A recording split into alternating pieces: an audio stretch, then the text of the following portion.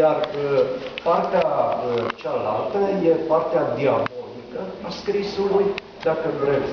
E o parte luminoasă și e o parte diabolică. Partea diabolică a scrisului e asta cu impostura, e mic copil pe lângă diabolic. E că, de exemplu, nimeni nu-ți poate spune niciodată, chiar dacă tu te simți mai puțin impostor la un moment dat, pentru că lumea, să zicem, te recunoaște, îți citește cartea, te felicită, în fine, chestii din astea, dar tu vei continua să te simți impostor la cărțile următoare, pentru că nimeni și nimic nu te asigură că dacă ai scris o carte bună sau un poem bun, următorul poem sau următoarea carte va fi bună. Deci asta mi se pare cu adevărat diabolic. Orice altă muncă, în afară de artă, odată ce ai deprins-o, o faci foarte bine, ba mai mult, ești tot mai bun în ea. De exemplu, o întâmplare. Faci o masă. Odată ce înveți să faci o masă, vei face întotdeauna mese foarte bune, ba chiar le vei îmbunătăți, dar nu mai riști. Nu poți să mai faci o masă rea după ce faci o masă bună. Ei, în artă nu e niciodată așa. Știm foarte bine, Philip Roth scrie 3 romane bune, după aia vine cu un roman de nu-ți vine să crezi că era scris atât de prost. Deci e incredibil. Sau Paul Auster, sau sunt scriitori foarte buni care dau rateuri. Amos Oz, sau cine vreți dumneavoastră. Nu. Iar asta e diabolic, cu adevărat. Pentru că nu asta e, merge mai departe. Da, la un dat apare în interviu și Carlos spune reușita ține de perspectivă.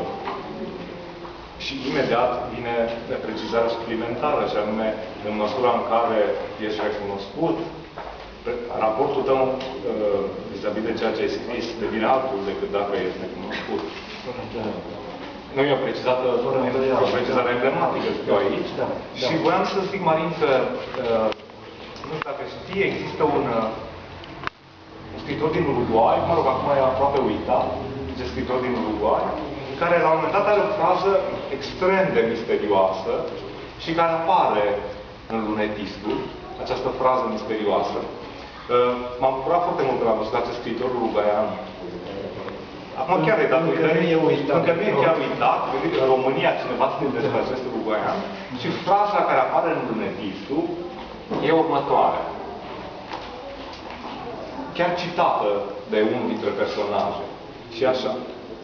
Paradoxal și ironic, ceea ce îl salvează pe scriitor și îl anihilează totodată, e emergența dispariției, a sa și a personajelor sale. Asta e citatul din acest scriitor uruguaian și vreau să zic că, în mod paradoxal, pe cât de puternic sunt construite, pe atât de clar personajele pe care tu le construiești acolo, personajele pe care tu le faci în cărți, sunt profund evasive. De cele mai multe ori aproape că nu descrii personajul. Și totuși consistența lui e aparte.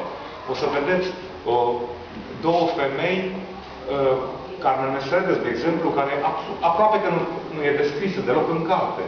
Și totuși e atât de puternică, e atât de erotică, are o forță atât de clară, că te marchează ca cititor. În contrapondere, de exemplu, cu Cristina, care e nebună, livrescă, etc. Cum reușești asta? Personajele astea sunt extrem de evazive, aproape că nu sunt descrise și totuși... Asta vreau să vă zic, e o întrebare pe care Siegfried Bernhard eu pune lui Carlos în carte.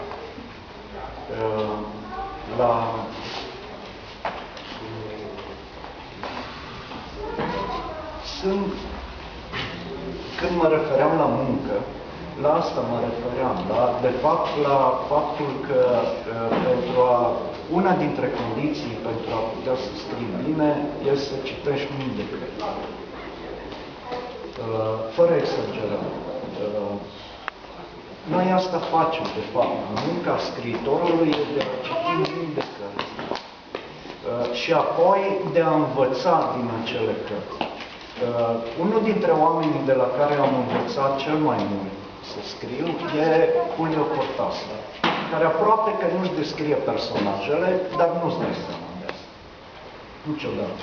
Dacă, uitați, Șotron, dacă îl întreb pe Robert cum arată maga, nu vă știu. E așa un abur, bântuie prin Paris, pe străduțe, pe... Nu știu ce e. Și așa sunt personajele lui. Dar, din când în când, are câte o inserție. Îți dă câte o... Maga purta la încheietură o eșarfă roșie, de exemplu. Și de acolo încolo, tu îți creezi propriul personaj. Fabulos!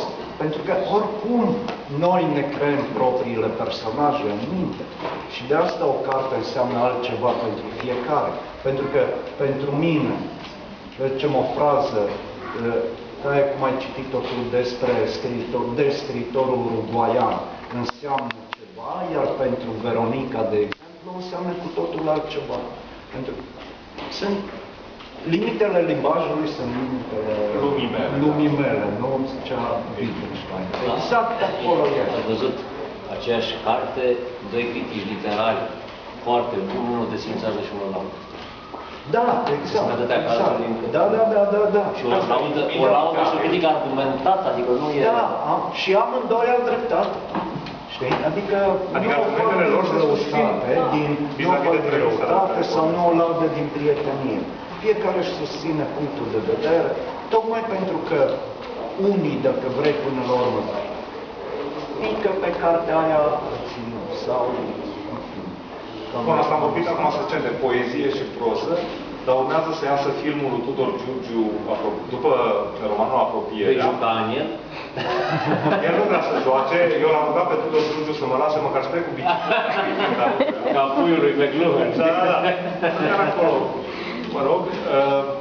Și scenariul e scris împreună cu el. Dintr-o dată scenariul bănuiesc, habar n-am cum se scrie un scenariu, dar bănuiesc că presupune alte instrumente. Și aici e interesant cât de dificil e ca ție, după ce ai scris romanul, gata, știi? E dat drumul, el a fost discutat și așa mai departe, tu trebuie să-l reconstitui, nu? Cu totul alte instrumente, deci pentru o cu totul altă chestiune. Și aici poate îmi zici interesant ce cu un scenariu, cât de dificil e un scenariu. Da, însă zic foarte pe scurt și poate cu asta, dacă sunteți de acord, că nu încheia, deja cred că am vorbit prea mult.